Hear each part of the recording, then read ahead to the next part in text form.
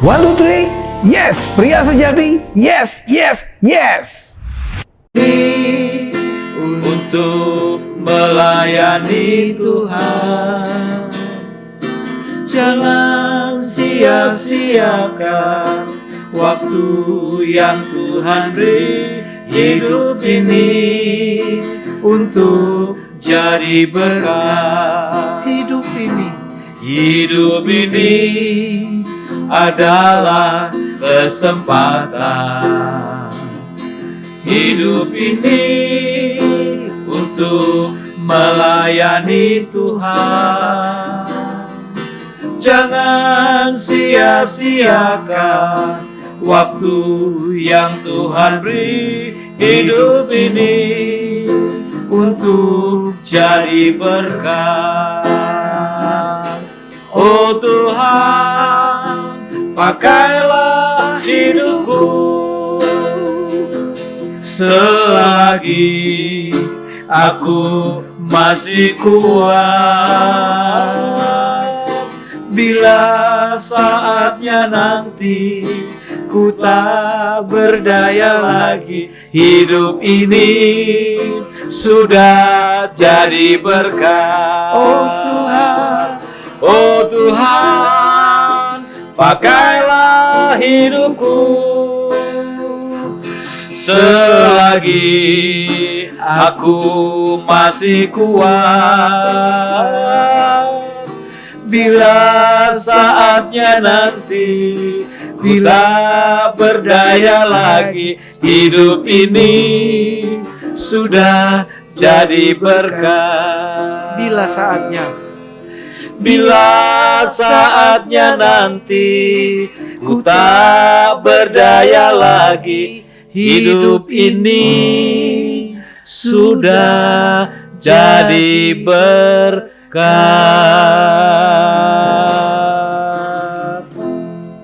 Apa kabar Pak Puji Prayogo? Tuhan. Lama sekali Sehat. tidak ketemu nih, baru ketemu nih di sini. Senang bertemu kembali di dalam Kongko Pria Sejati. Hari ini ada tamu spesial juga yang jauh datang dari kota di mana tim berada di Surabaya bersama Pak Prayogo dari Kota Malang. Iya, siap. Terima kasih Pak sudah Sama-sama. menyediakan waktu Sama-sama. untuk share, bercerita bersama-sama karena ada pengalaman-pengalaman luar biasa Iya, yang nanti siap. akan kita saksikan dan cerita, nanti kan kita dengerin sama-sama. Saya Ya. percaya ini pasti akan jadi berkat dan inspirasi buat kita semua. Pak Prayogo, tentunya saya kan sudah mengenal teman-teman di area sekitar Jawa Timur udah kenal Pak Prayogo. Ya. Tentunya juga supaya teman-teman di wilayah lain juga bisa lebih kenal lagi. Baik. Bolehkah Pak Prayogo untuk memperkenalkan diri? Boleh. Silakan. Shalom. 1, 2, 3. Yes. Ya, nama saya Prayogo.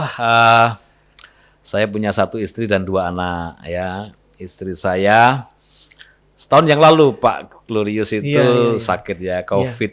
Waduh, Jadi itu 1 ada bulan di ceritanya. rumah sakit ya, 1 begitu bulan luar dirawat. biasa sih dirawat di rumah sakit, dan bagi saya itu pengalaman yang luar biasa ya.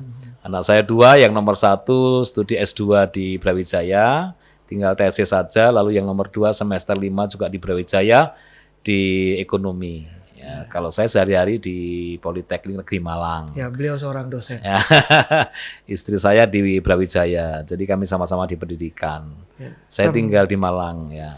Pak Prayogo juga pengisi acara tetap di sebuah stasiun TV ya Pak? Ya, TV lokal, televisi lokal, lalu radio ya. Juga membawa bawa acara ya Pak ya di radio ya? Narasumber ya. Narasumber. Ya, tentang pemulihan keluarga. Tentang pemulihan keluarga. Jadi ini ya. orang sanggup sangat luar biasa dan sangat sibuk tentunya ya. Bisa hadir di sini ini luar biasa sekali. Kami punya pernah satu pengalaman saya bersama keluarga tinggal di rumah beliau karena kita lagi liburan waktu itu ya Pak ya. Waduh, sungguh luar biasa sekali. Nah, ini tadi Pak Prayogo udah bercerita sedikit. Ya.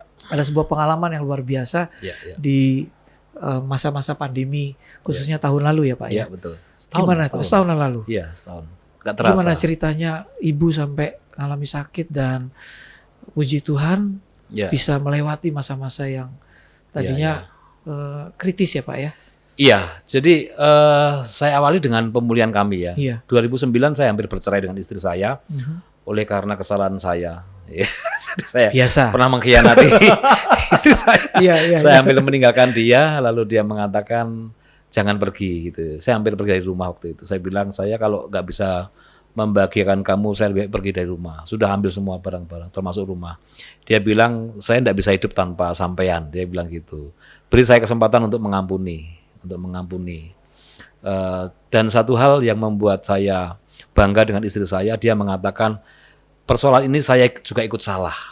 Nah ini, jadi saya mengaku salah, dia juga ternyata dalam hal kemarin masalah itu dia juga ikut salah. Itulah yang membuat kami akhirnya merasa dipulihkan begitu. Lalu saya cuma bilang begini, saya akan buktikan bahwa saya sudah nggak aneh-aneh lagi.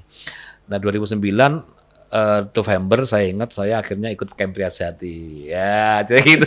Jadi itu latar belakangnya ikut dan terlibat di camp Priyasjati. Dan memang waktu itu saya pada saat saya dilayani oleh adik saya dan tim itu saya sudah ngambil keputusan saya memang benar-benar mau bertobat gitu loh. Saya sudah mau tinggalkan kehidupan yang lama itu.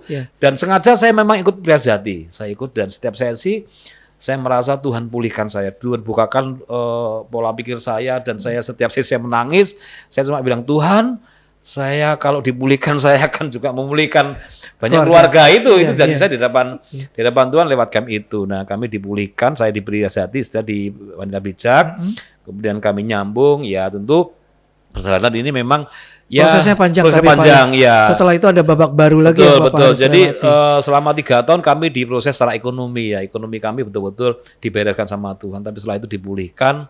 Lalu pernah kehilangan mobil juga saya. Jadi mobil saya disewa teman, sama teman saya disewakan lagi. Nggak ada 1 bulan hilang. Tapi Tuhan bilang mobilmu nggak kemana-mana. 4 bulan kembali.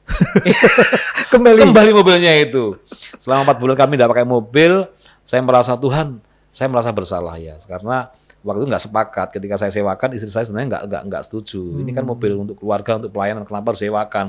Saya bilang kan ini bisnis, jadi kan dapat untung gitu untuk ngangsur mobil dan sebagainya. Tapi akhirnya kembali. Itu tahun 2000 berapa ya? 2016 lah itu. Akhirnya kami ganti kendaraan. Setelah itu ya terus saya kerjakan bagian saya, terutama ke desa-desa Pak Glorius, ke desa-desa. Jadi Tuhan taruh hati saya ke Malang Selatan. Jadi kami sampai hari ini memuridkan mereka. Iya, di lereng-lereng gunung ya Pak ya. ya. Lereng Semeru, di Sidoasri, Sitiarjo, di Peniwen. Iya, dan saya juga konselor keluarga ya. Puji Tuhan. Beberapa keluarga dipulihkan ya, karena kami sekarang jadi contoh gitu.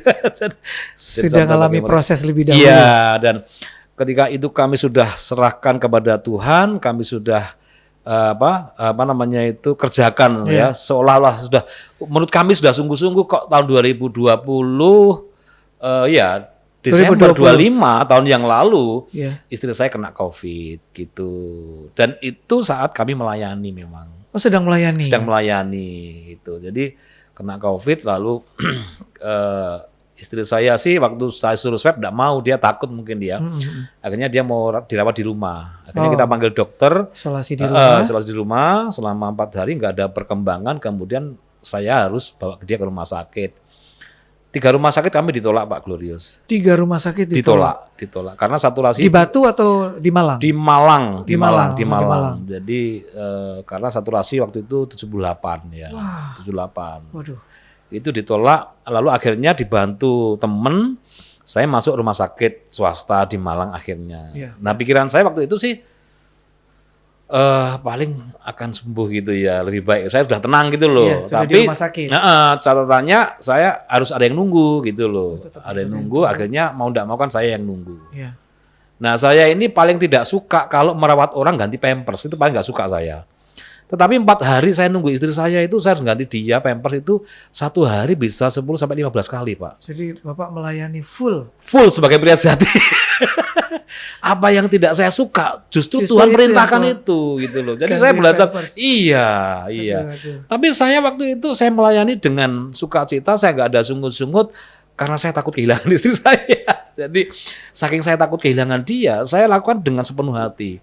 Saya bersyukur walaupun istri saya kena COVID, saya, anak-anak saya, sama pembantu saya negatif. Aman, itu ya? yang membuat saya semakin percaya bahwa Tuhan itu campur tangan. Iya, Nah, iya. di Malang, Rumah Sakit Malang tidak ada perubahan, akhirnya dirujuk ke Surabaya. Di Surabaya. Oh, dibawa ke Surabaya. Surabaya. Begitu masuk Surabaya, langsung masuk ICU. Ventilator selama 10 hari, itu dia dibius total, ditidurkan bahasanya itu. Ya, jadi paru-parunya diistirahatkan, penggantinya ventilator. Dan waktu di tengah-tengah itu kami tidak bisa komunikasi karena dia kan Nah, di tengah-tengah proses itu kami meeting Zoom dengan dokter-dokter, 5 dokter yang merawat. Salah satu dokter senior mengatakan istri Bapak ini sangat parah begitu ya.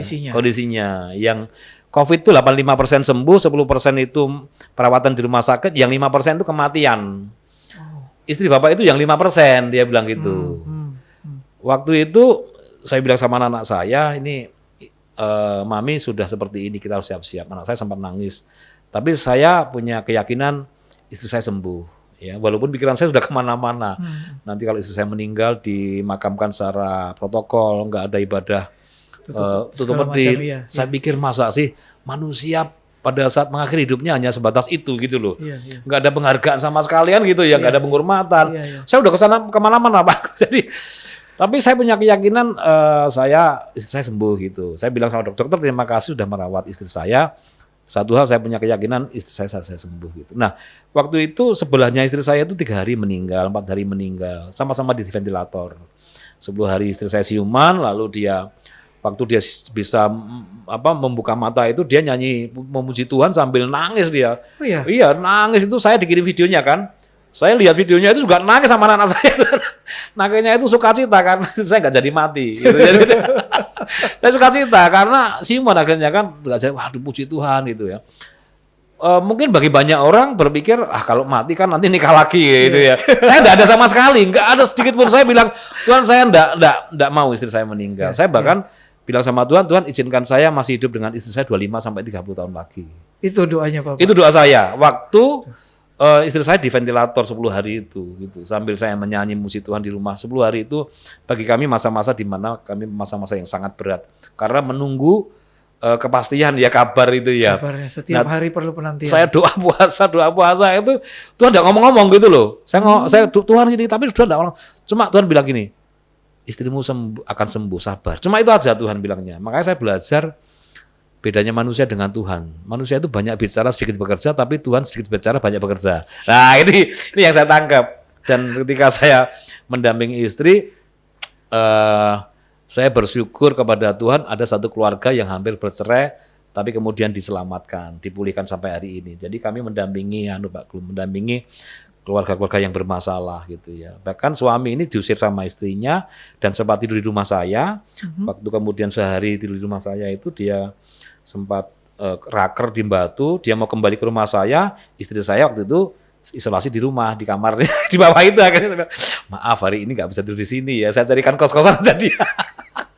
Nah kemudian singkat cerita, waktu akhirnya kami harus masuk ke rumah sakit di Malang, istrinya pria ini saya telepon, ini keadaan Bude ya, panggilannya Pak D Bude kan ya, seperti ini, dia nangis sih perempuan ini.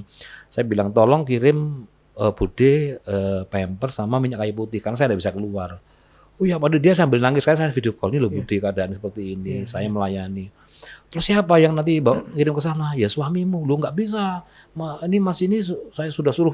Padahal saya udah tahu ceritanya, ya. Saya suruh pergi, enggak lah saya telepon, saya bilang gitu. Akhirnya, oh iya dia beli, terus si prianya saya telepon.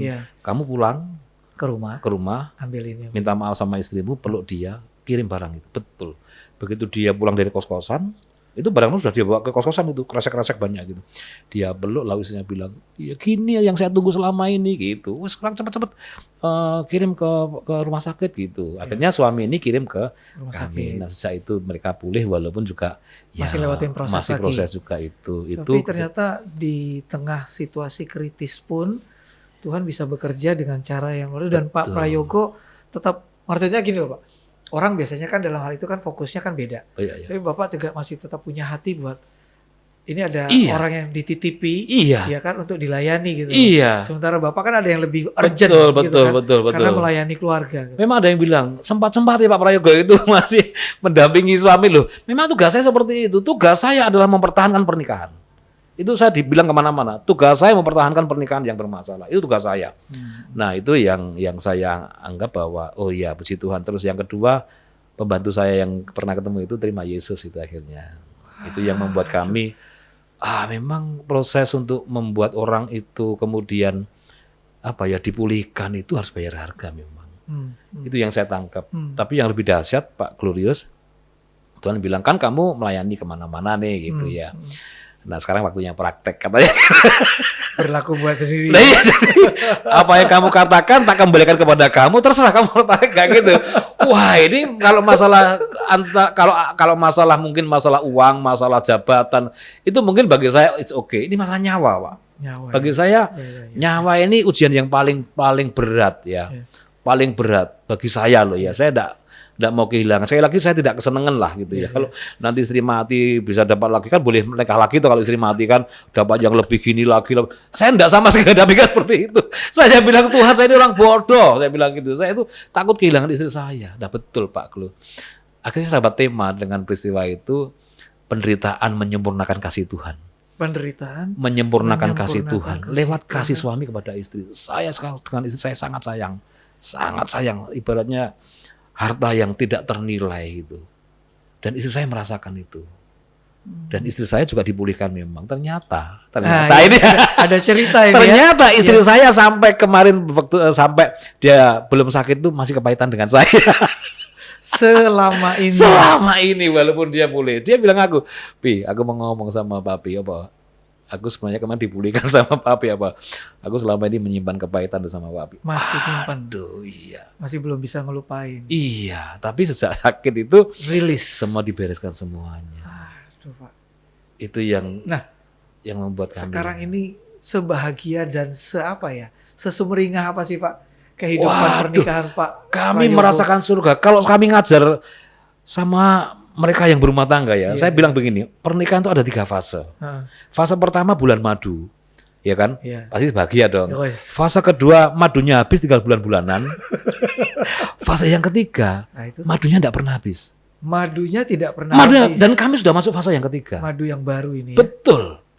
Nah bangsa Israel ketika di Mesir itu seperti orang bulan madu kan, sukacita. Tapi Tuhan paksa. Keluar. Nah, pada saat fase yang kedua banyak yang nggak bertahan. Maka pernikahan itu ketika fase yang kedua, memasuki fase yang kedua harus bertahan. Gimana caranya bertahan? Jangan sampai kita jatuh, apalagi menyerah. Ya. Nanti pada saatnya akan mengalami fase yang ketiga. Ah. Nah, ini yang kami alami, Pak. Bulan Saya kalau ngajar seperti itu, terserah. Saya bilang sama teman-teman yang bermasalah, fase yang kedua ini mau bertahan atau mau menyerah. Saya bilang gitu. Tidak bisa akan mengalami fase yang ketiga. Nah, kami sudah mengalami, Pak. Jadi bagi saya kerajaan surga itu ya di keluarga. Apa yang terikat di dunia terikat di surga. Jadi suasana surga di keluarga ini menentukan bagaimana kita bisa masuk surga nanti setelah kita mati. Wih, ini fase ketiga, Pak. Fase ketiga. Kalau fase kedua mungkin orang sudah tahu apa lembah dan gunungnya, iya kan? Jalan yang terjal. Jalan yang terjal. Iya. Gitu. Nah, mungkin gimana? Nah, mungkin ini Pak bisa share nggak Pak? Gimana sih Bapak menjaga untuk tetap bisa bertahan, konsisten Iya. dengan karena kan kita juga ada tinggi dan rendahnya ya, Iya. fluktuasinya ada. Iya. Gitu. Gimana untuk tetap bisa jaga sustain ini loh Pak. Sekalipun kita ternyata tadi Bapak baru mengetahui juga bahwa sebenarnya Ibu secara jujur dalam hati masih bergumul juga ini gitu loh. Apa ini bojoku ini kok kayak gini gitu ya. Sampai Masih akhirnya menyimpan luka yang lama iya, lah. maksudnya masih menyimpan luka yang lama. Nah, gimana Pak Prayogo juga tetap bisa sustain terus menjaga tadi khususnya menjaga pernikahan-pernikahan agar tidak hancur di keluarga-keluarga. Iya, yang pertama ketika saya dipulihkan saya merasa punya hutang sama Tuhan lah. Ngerasa punya hutang. Punya hutang. Maka saya mengembalikan hutang saya dengan cara melayani keluarga, melayani pria-pria itu. Lalu yang kedua, kebetulan saya juga kalau saya bilang ayah, itu saya. Lalu yang ketiga, saya berani mengaku salah. Itu yang paling penting. Banyak orang yang gengsi mengaku salah. Sehingga persoalan menjadi panjang. Suami istri itu kalau masing-masing merasa bersalah, selesai masalahnya. Tapi kalau masing-masing mau bertahan, ya nggak akan selesai. Babak berikutnya masih ada. Iya. Oke, kita juga masih ada babak berikutnya. Yes. Kita jeda dulu.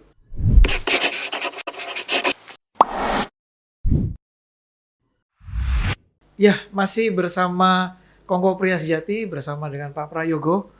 Hidup ini adalah kesempatan. Nah, ini kita mau dengarkan ceritanya. Karena bukan hanya Pak Prayogo sendiri juga yang mengalami berkat dan pelajaran terpenting dalam hidupnya. Tapi pasangan terkasih, Yes. istri juga mengalami sebuah perjalanan dan hal yang sangat luar biasa. Yes. Nah, kita mau dengerin ceritanya. Apa yang dialami ibu, Pak? Ya, selama 10 hari itu dia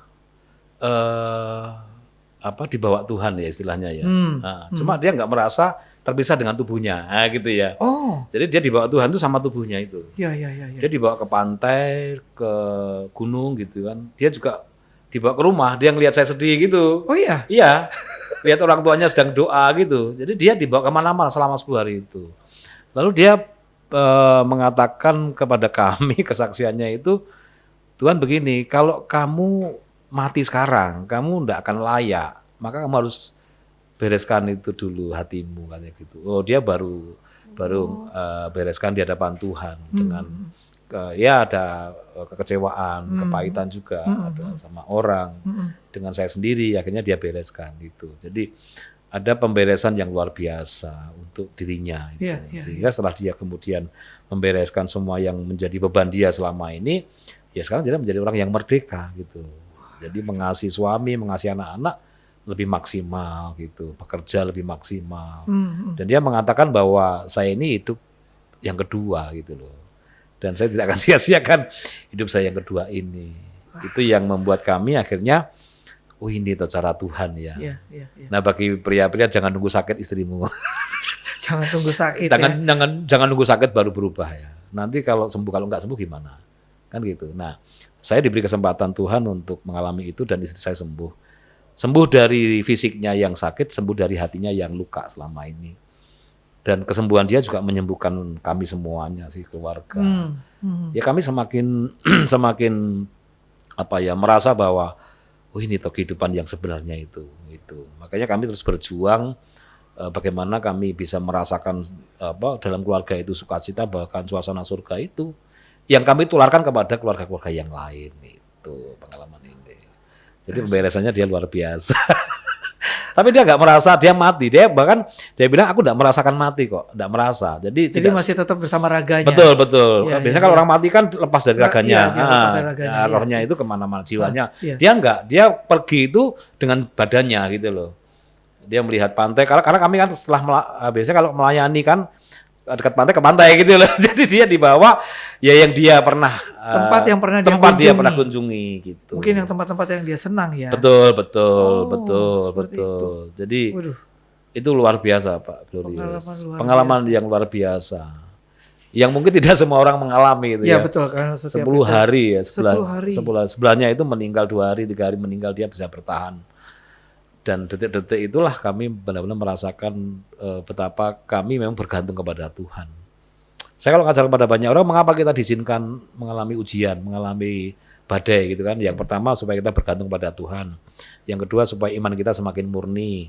Yang ketiga supaya Tuhan menyatakan janjinya. Lalu yang keempat supaya kita menjadi saksinya. Nah ini kata Tuhan tak kembalikan kepada kamu, kata Tuhan. Kamu mau lakukan enggak gitu. Tipsnya sudah dikasih. Iya. Caranya bagaimana? Sekarang mau lakukan apa enggak? Terus yang kedua, kesaksian kamu jangan menonton, harus ada yang lain. Nah, ini yang berat bagi saya. Iya juga ya. Harus update. Iya Wah, juga. kesaksian update ini kan, waduh Tuhan. Tapi memang Tuhan tuh kalau menyuruh kita itu pasti dengan perlengkapannya kok. Nggak mungkin menyuruh kita tanpa ada perlengkapan. Nggak mungkin sudah. Kalau kita disuruh pergi ya pasti dengan kelengkapannya itu. Saya punya keyakinan itu. Semuanya Tuhan sediakan. Nah, kadang-kadang kita kurang percaya, ya kan, ragu-ragu kan itu. Nah, saat kita melangkah, Tuhan pasti ya. Pak, tantangan yang dihadapi kan khususnya di masa pandemi ini Ya. tidak mudah Ya. buat para suami dan juga mungkin juga para istri. Yes. Kayak Bapak tadi kan Tuhan bawa untuk melakukan apa yang Bapak tidak senangi untuk Ya. lakukan. Ya. Ganti pampers, melayani Nyuap, istri, mandiin. nyuapin, pokoknya mandiin. Ya. Gimana kayak memperlakukan seperti layani anak kecil kan. Yes. Gitu, nyuapin, siapin obatnya segala macam. Betul. Nah, selain tadi Bapak punya motivasi, aduh saya takut kehilangan istri. Nah, hal apa sih yang sebelum hal itu ada atau muncul? Saya nggak tahu di dalam konteks Pak Prayogo sebelum hal itu terjadi, Gunda di hati itu siap berasanya gimana sih Pak dengan istri yang sakit terus nggak ada perubahan, udah dibawa ke satu rumah sakit tapi udah ke 3 rumah sakit tolak semua, dapat 1 rumah sakit udah tapi nggak ada perubahan sampai akhirnya masuk ICU dengan ventilator. Saya teringat akan firman Tuhan, kasih suami kepada istri seperti Kristus mengasihi jemaatnya dengan kerelaannya sebagai seorang sahabat yang siap kehilangan nyawanya, itu yang saya pegang. Jadi bagaimana saya mengasihi istri saya seperti Kristus mengasihi jemaatnya yang rela nyawanya itu Mengasihi sampai seperti itu ya, Pak? betul. Bahkan siap kehilangan nyawanya untuk sahabatnya, untuk istrinya itu. Ini yang saya pegang sampai hari ini. Nah, makanya ketika itu terjadi ya, saya juga pernah ikut di camp itu kan ya, camp di hutan itu kan. Strong man. Iya. Suatu Iya. ketika kan sepakat kalau ada yang melanggar kan dihukum kan, ya kan. Nah, tapi tiba-tiba waktu itu saya kan ketua regu hari pertama. Iya. Jadi anggota saya itu melakukan pelanggaran. Tapi pikir nanti yang dihukum adalah mereka yang melanggar. Tiba-tiba saya dipanggil. Saya waktu argunya, saya siap dan gitu kan. Maju ke depan katanya gitu. Saya pikir mau dinasihati. Ternyata suruh ambil posisi. Akhirnya saya ini harus malam pertama malam itu push up, set up, gulung-gulung gitu kan. Sampai capek, kurang ajar, pikir kurang ajar ini bayar mahal. Disia-siakan. Saya marah. Dan yang salah kan dia bukan saya. Kenapa saya dihukum? Lalu komandan tanya balik, kenal Yesus enggak? Kenal. Siapa dia? Tuhan saya. Siapa dia? Juru selamat saya. Apakah dia bersalah? Tidak. Apakah dia berdosa? Tidak. Yesus tidak bersalah dan tidak berdosa, tetapi dia harus menanggung kesalahan kita semuanya. Pria-pria malam ini bertobat. Itu. Selama ini kalau istri Anda salah pasti Anda maki-maki.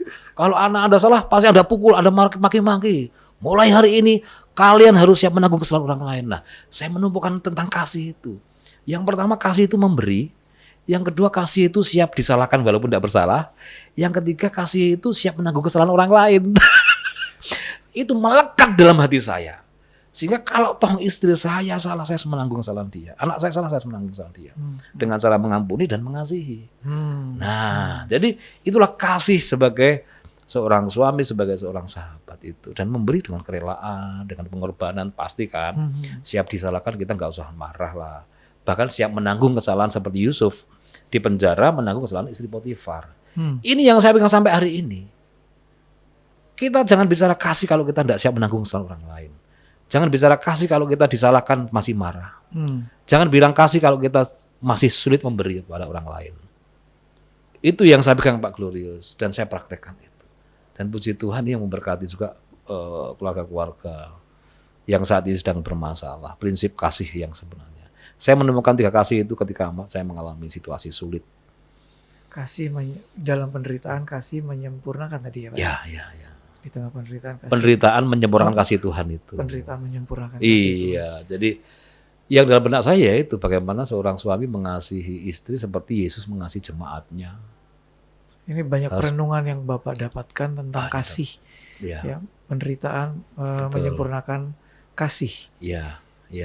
Dan ketika kami sudah melewati masa-masa itu, kasih saya kepada istri saya semakin disempurnakan oleh Tuhan dan kasih dia kepada saya juga semakin disempurnakan. Tapi lewat penderitaan. Lewat proses. Kalau kehilangan uang bisa dicari, kehilangan nyawa siapa yang gantikan? Bagi saya itu berat, paling berat ya dalam perjalanan kami menikah 26 tahun ini. Selain berkati dalam keluarga, berkat apa lagi yang Bapak rasakan selain juga di pelayanan? Jadi semakin tajam, semakin maksimal, Yes. semakin bunyi ya. Siap. Apa yang Bapak sampaikan karena sudah menjadi bagian dari kehidupan Bapak Siap. dan Bapak punya apa ya, ginosko, Yes. punya pengalaman bersama Yes, dengan yes. Tuhan di sana. Nah, berkat apa lagi Pak yang Bapak alami dampak dari lewat penderitaan kasih semakin sempurna? Iya, yang pertama saya tidak lagi sibuk dengan dunia. Ya, teman saya bulan Juli tahun ini ya, itu barusan bangun ruko 5, belum ruko yang lain. Wis. Juni finishing, Juli suami istri meninggal. Bulan Agustus awal teman saya belakang rumah persis, barusan selesai doktor di ITB. Masih ngajar 1 semester. Ya, dia meninggal karena COVID. Saya merenung apa yang membuat orang ini kemudian tidak tidak ngerti tujuan hidupnya itu. Ya, karena dunia. Teman saya apakah kemudian meninggal di bawah rukonya? Enggak. Teman saya yang satu, yang doktornya itu 6 tahun dia tempuh dengan begitu susah payah. Apakah dibawa gelarnya? Juga enggak. Lalu kemana ilmu dan harta itu? Itu fana. Itu yang pertama. Lalu yang kedua, saya semakin punya otoritas untuk ngajar orang. Bahkan setiap hari ketemu mahasiswa, saya ngajarkan tentang nilai-nilai ini. Tuhan bilang ini jiwa. Bantu mereka untuk punya pola pikir yang benar. Nah, saya tidak malu mengatakan apa yang saya alami kepada mereka. Karena bagi saya mahasiswa itu mendengarnya susah, tapi mencontoh gampang. Seperti anak kita. Itu kalau suruh kita nasihati dengan perkataan ya ketawa aja kan. Tapi kalau kita memberi contoh, mereka gampang. Itu aja sih saya pikir. Jadi hidup ini sebenarnya menyenangkan, hidup ini indah, hidup ini bagi saya anugerah. Dan hidup ini adalah kesempatan untuk melayani Tuhan. Saya bilang sama mahasiswa, kalau kamu punya nilai, kamu seperti emas, dimanapun kamu berada, kamu tetap punya nilai. Uang 100.000 itu walaupun dilempar di tempat sampah, dia kena kotor ya toh, kotor kena ini, tapi begitu dicuci, dikeringkan nilainya berapa? 100.000 sama. Kamu sekarang belajar supaya kamu punya nilai. Di mana-mana kamu harus punya nilai, punya harga, dan harga itu tetap, saya bilang gitu. Prosesnya tidak mudah. Saya merdeka aja Pak Gloris mengajarkan ke banyak orang. Di mana-mana saya tidak seperti ini sih. Jadi kalau saya cerita ini ya, ini yang nggak ada hubungan sama sekali gitu. Ya ini bagian dari hidup saya. Saya cerita ini kemana-mana masalahnya. Jadi ketika ke Pak Glorius kepada semua ya sama. Jadi ada modul baru nih kayaknya Pak. Dan saya bilang sama mereka, saya tahu kan kalian di sini kadang-kadang ada yang masuk karena terpaksa. Tapi kalian bersyukur, saya bilang gitu. Karena di perguruan tinggi yang lain kalian nggak dapat materi ini. Itu dia. Betul Pak kata mereka gitu. Iya. Makanya kalian masuk sini nggak kebetulan. Kalian menjadi orang yang berhasil, kalian menjadi orang yang sukses. Kayaknya kelas Bapak pasti selalu penuh ya Pak. Suka mereka. Karena mereka dapat hal yang beda ya. Yang tidak mereka dapatkan. Bukan teori gitu loh. Justru itu Iya. Pak Gloris, bagi saya jiwa itu semua. Tidak pandang bulu, saya ketemu orang parkir. Saya ketemu anak cleaning service. Saya sama mereka. Karena nilainya tetap. Dia tetap bernilai kan. Terang itu kan tetap terang gitu kan ya. Nah itu yang membuat saya, Tuhan terima kasih. Saya nggak terasa setahun loh ini Pak. Saya mengalami tiba-tiba dipanggil podcast bisa cerita. Ya sudah lah. Saya sudah dari kapan itu udah ngomong. Pak Prayogo gimana nih? Saya ngomong sama Roni ya. Ya tunggu saja gayanya kan, tunggu saja. Oke siap. Begitu keluar nama ya ini benar. Jadi ya terima kasih kesempatan yang indah. Saya tadi juga didoakan istri untuk datang ke sini juga. Ya kami sepakat sih luar biasa. Kami semakin bahagia Pak. Madunya tidak pernah habis. Karena ketika madunya habis 3 bulan-bulanan kami bertahan.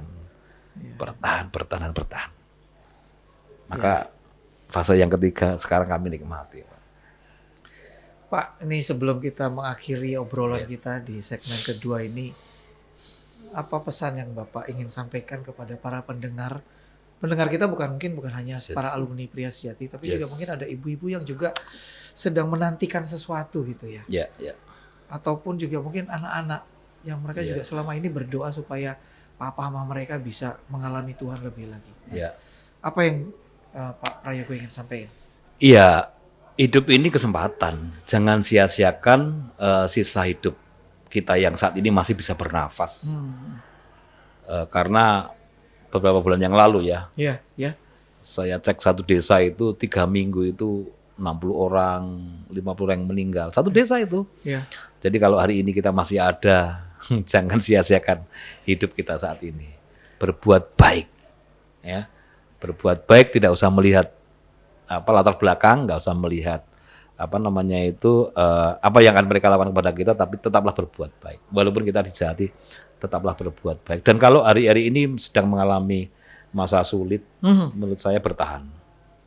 Bertahan saja. Jangan menyerah, jangan kecil hati, ya. Kemudian jangan menyalahkan orang lain lah, jangan menyalahkan keadaan.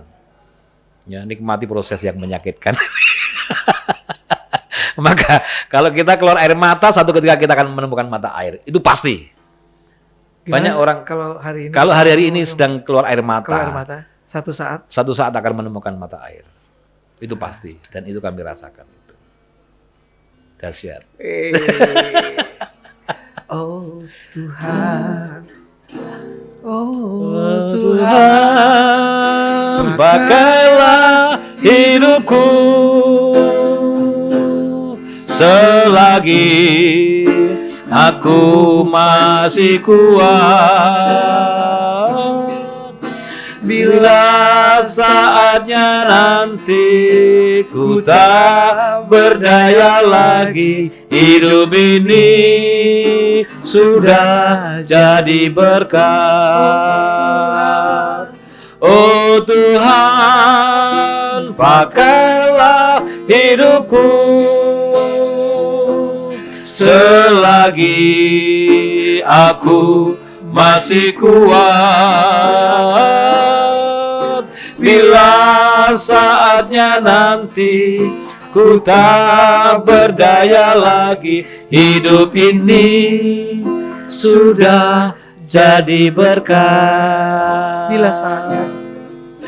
Bila saatnya nanti ku tak berdaya lagi, hidup ini sudah jadi berkat.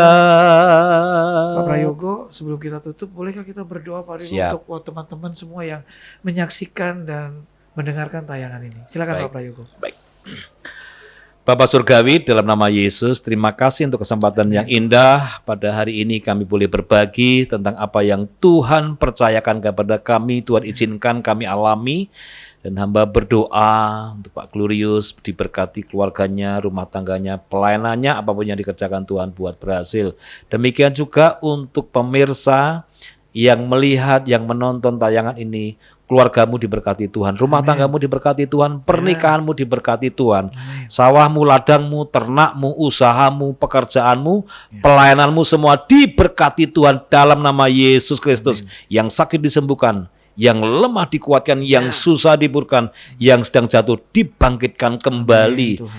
Kami percayakan segala sesuatu yang terjadi dalam kehidupan kami hanya ke dalam tangan-Mu yang penuh kuasa. Supaya Tuhan senantiasa memberikan kepada kami apa yang kami perlukan. Khususnya di hari-hari ini Tuhan, di masa pandemi ini, banyak orang sekarang mengalami proses yang begitu luar biasa. Kami percaya Tuhan tidak pernah meninggalkan kami, meninggalkan mereka. Tuhan senantiasa bersama dengan mereka. Dan kalau kami boleh mengalami situasi yang sulit, mengalami kesukaran, mengalami persoalan, kami percaya ketika Tuhan izinkan terjadi, pasti mendatangkan kebaikan. Ajari kami Tuhan untuk terus diproses supaya semakin hari semakin berkenan, layak di hadapan Tuhan, bahkan semakin hari semakin serupa dengan karakter Kristus. Pakailah kami Tuhan menjadi alat, menjadi saksi-Mu, menjadi berkat bagi banyak orang. Diberkatilah kami semuanya di dalam nama Tuhan kami, Yesus Kristus. Haleluya. Amin. Pak Prayogo, terima kasih banget. Sama-sama Pak buat Julius. Waktu dan sharingnya. Siap. Dan mohon izin nih ada sebuah kenang-kenangan dari tim Kongko Pria Sejati. Siap. Aduh, terima kasih sekali ini. Pak. Waduh, biarlah ini bisa jadi berkat. Saya bukain sebentar Pak. Iya. Wah. Terima kasih Kongko sekali. Pria Sejati Pak. Silakan diterima Pak. Wih, mantap ini ya. Terima kasih berkatnya, mantap. Pria Sejati luar biasa. Oke. Nantikan terus episode-episode dengan cerita-cerita yang luar biasa dan inspirasi. Sampai bertemu di episode berikutnya. Tuhan Yesus memberkati. 1, 2, 3. Yes! Pria Sejati. Yes, yes, yes!